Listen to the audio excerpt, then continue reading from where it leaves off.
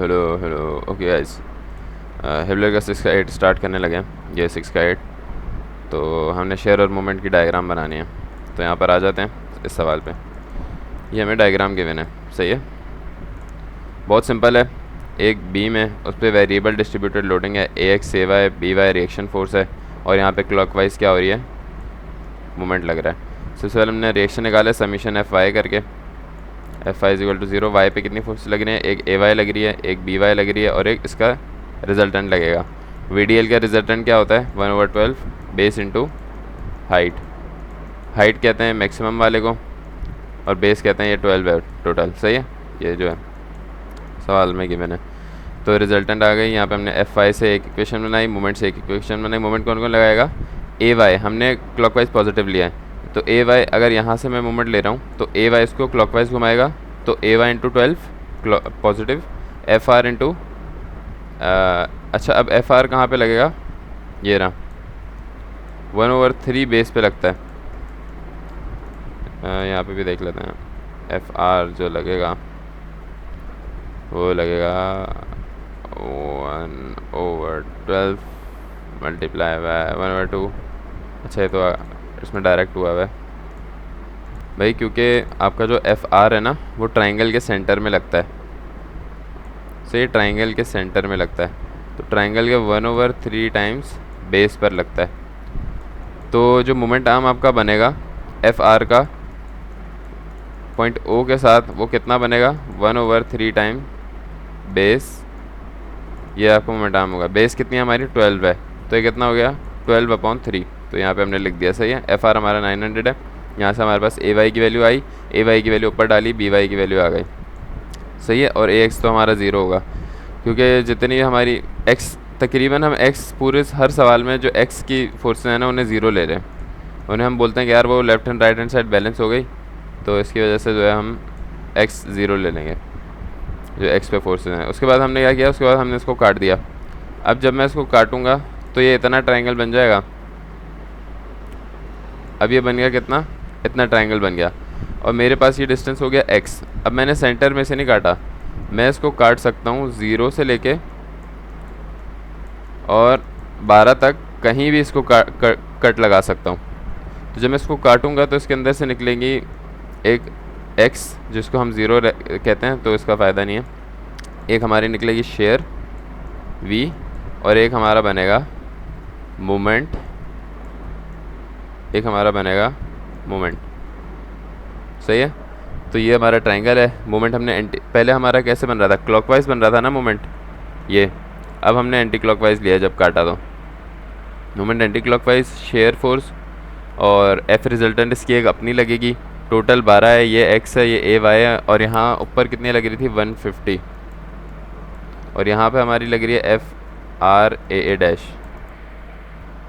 अब क्या है कि हमारी जो वेरिएबल डिस्ट्रीब्यूटेड लोडिंग है ना, ये चेंज हो जाएगी, क्योंकि यहाँ पर तो हमें पता है यहाँ पर कितनी है 150 लग रही है 12 पे, लेकिन हमें यहाँ अंदाज़ा नहीं है यार यहाँ कितनी लग रही है। तो हम सिमिलर ट्रायंगल यूज़ करेंगे। सिमिलर ट्रायंगल कैसे यूज़ करते हैं कि जब भी दो ट्रायंगल एक ही बेस पर बने हुए और दोनों का एंगल भी सेम उससे निकल रहा हो, जैसे एक ट्रायंगल ये रहा एक ट्रायंगल ये रहा, तो हम इन पे सिमिलर ट्रायंगल यूज़ करते हैं। तो दोनों का टेंजेंट थीटा बराबर होता है, tan theta is equal to tan theta, और टेन थीटा होता है perpendicular upon base of one triangle is equal to perpendicular upon base of second triangle.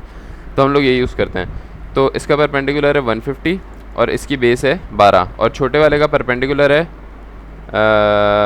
देखते हैं क्या है और इसकी बेस तो एक्स है, तो हमने यहाँ पे लगा दिया 150 अपॉन 12 इज इक्वल टू, हमने इसको डब्ल्यू कह दिया, जो इसकी फोर्स है ना मैक्सिमम, उसको हमने कह दिया डब्ल्यू,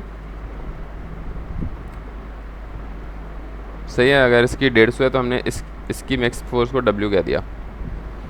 तो हमारे पास यहाँ से डब्ल्यू की एक वैल्यू आ गई कि हमारी जो मैक्स फोर्स लग रही है ना वो इतनी लग रही है 12.5 एक्स, सही है। तो हमने यहाँ पे एफ आर निकाला। ट्रायंगल का रिजल्टेंट क्या होता है 1/2 बेस इंटू हाइट, सही है। बेस कितनी है हमारे पास एक्स है, हाइट कितनी है ये हमने निकाल ली है डब्ल्यू, सही है। हाइट क्या चीज़ है, जो मैक्स फोर्स यहाँ पे लग रही है ये, और बेस कितनी है इसकी एक्स है। तो हमने यहाँ पर इसके बीच में रिजल्टेंट जो लगेगी, जो 1/3 बेस के डिस्टेंस पे लगेगी, मतलब x/3 के डिस्टेंस पे लगेगी, वो FR इतनी है। अब हमने वापस वर्किंग की, हमने समीशन FY लगाया। FY पे हमारा क्या क्या है, AY है, माइनस का शेयर है और माइनस का FR रिजल्टेंट है। क्या है, एक AY है, एक हमारा शेयर है और एक FY है, FR है। तीन चीज़ें हैं। एक इक्वेशन बन गई V की मेरी, ये बन गई। तो अब मैं वही करूँगा। x मेरा कहाँ से कहाँ तक मैंने बताया था, x मेरा जाएगा 0 से लेके 12 तक। तो पहले मैंने x को 0 रखा। अच्छा, अब ये मेरी इक्वेशन बनी है कैसी, x² है, मतलब क्वाड्रेटिक। क्वाड्रेटिक का मतलब मेरा जो, अब मैं v का जो ग्राफ बनाऊंगा ना, वो इस तरह से जाएगा, थोड़ा सर्कल सर्कल और थोड़ा स्विंग करते हुए यूँ करके। तो मेरी इक्वेशन बनी, मैंने x को जब 0 डाला तो मेरा v आ गया 275, और जब मैंने x को 12 डाला तो आ गया -625। सही हो गया। और ये मैं बता दूँ, ये मैक्स कहलाता है। इसको अभी छोड़े, पहले ग्राफ पे आ जाता हूँ। तो जब मैंने x जब मेरा 0 था तो मेरा v था 275, और जब मेरा जब x क्या होगा, 12 हो गया, ये x 0 है, ये आएगा 6.63 कुछ करके, और ये है 12, और ये है मेरा x कितना है 12, ये 0 है, ये 12 है, और ये 12 पे मेरा क्या है v माइनस का। ये आप अंदाजे से लगा देना कि यार नेगेटिव में इतना नीचे आएगा। तो मैंने एक क्वाड्रेटिक लाइन खींच दी और ग्राफ को मिलाया एंड शेड कर दिया। ठीक हो गया। तो v आपका काफ़ी सिंपल बन गया। तो हमने यहाँ पे मैक्सिमम क्यों मालूम किया, असल में क्या होता है कि हमें पता है कि एट मैक्सिमम डिफ्लेक्शन या एट मैक्सिमम मूवमेंट, हमें पता है कि शेयर होता है 0, शेयर फोर्स। और एक और चीज़ होती है कि मैक्सिमम मूवमेंट पे स्लोप जो है वो dy/dx भी 0 होता है। ये दो चीज़ें हमें पता है। तो जब मैं बोलूँगा कि जब मैंने v को 0 डाल दिया इस इक्वेशन में, जब मैंने v को बोला कि यार मेरी शेयर 0 है, तो इसका मतलब मेरा x जो आएगा ये वो डिस्टेंस होगा जहाँ पर मेरा मोमेंट मैक्सिमम होगा। सही है, क्योंकि मैक्सिमम मोमेंट पे शेयर 0 हो जाएगा। तो मेरे पास ये x वो डिस्टेंस आ गया जहाँ पे मेरा मोमेंट जो है वो मैक्सिमम है।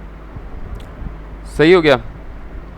मतलब ये वो कर्व है कि जब मेरी बीम बेंड होगी ना, तो जो ये वाला है ना पॉइंट, ये वाला जो पॉइंट है, ये मेरा है x = 6.63।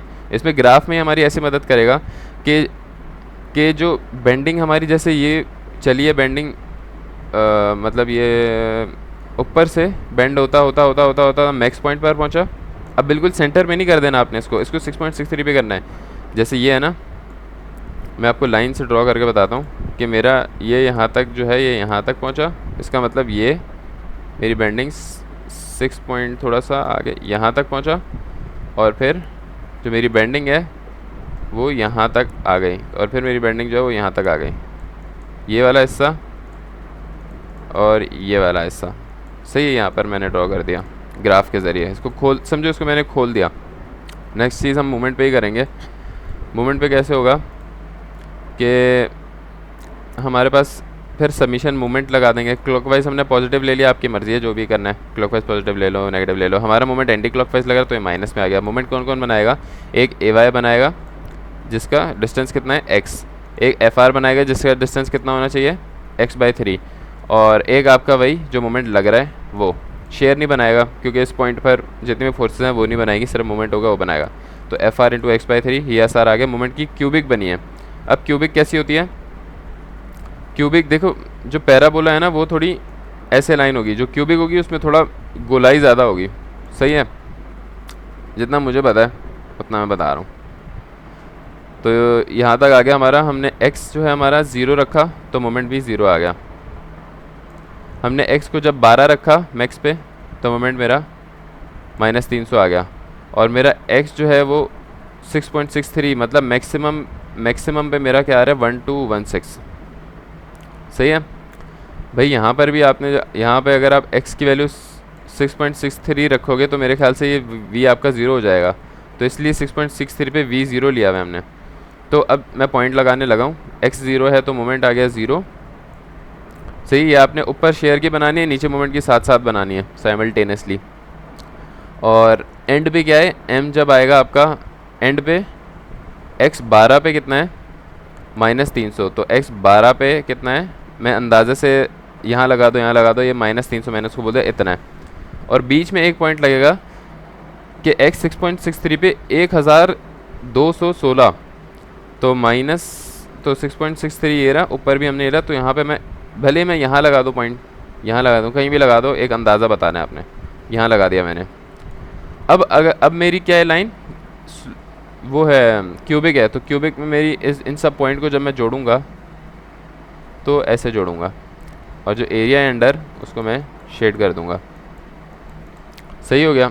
अगर फ़र्ज़ करो मैं आपको ये समझा दूं कि अगर आपका यहाँ पर लीनियर बनता, मतलब जो मोमेंट है उसकी इक्वेशन में एक्स क्यूब नहीं आता, सिर्फ एक्स आ रहा होता, तो आप इन पॉइंट्स को ज्वाइन करते लीनियरली ऐसे। सही है, बिल्कुल स्ट्रेट चकोर में। और अगर आपका जो मोमेंट है वो कांस्टेंट बन रहा होता तो आप ऐसी लाइन बनाते यूँ करके कांस्टेंट के लिए। और यार पैराबोला में कैसे करते हैं, पैराबोला भी ऐसे ही बनता है यार मेरे ख्याल से, क्यूबिक और स्क्वायर। तो बस इस सवाल आपका ये वी मैक्स आ गया।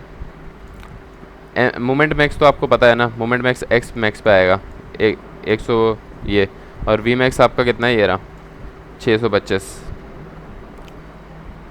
इसका मॉड लिया हुआ है मेरे ख्याल से, हाँ मॉड लिया है, माइनस तो डायरेक्शन की वजह से, तो आपका जो मैक्स मोमेंट या मैक्स वी मैक्स आ रहा है वो यहाँ पे लिख दोगे।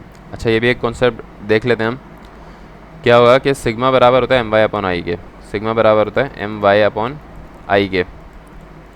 तो हमने क्या किया, हमने एम अपॉन वाई नीचे लगे आई अपॉन वाई, और हमें पता है कि आई अपॉन वाई जो है, आई अपॉन वाई है वो सेक्शन मॉडुलस के बराबर होता है, याद रख लेना, कुछ भी नहीं है। और ये आपको टेबल से मिलेगा, और ये जहाँ तक मुझे याद है यहाँ तो इनर्शिया की वैल्यू होती है, वहाँ से निकलता है, या मटेरियल का सेक्शन मॉडुलस होता है। तो ये सीन है। बाकी हमारे यहाँ पे क्या है, अगला सवाल शुरू होगा, उसमें मैं बताऊँगा कि आप डबल इंटीग्रेशन कब करोगे।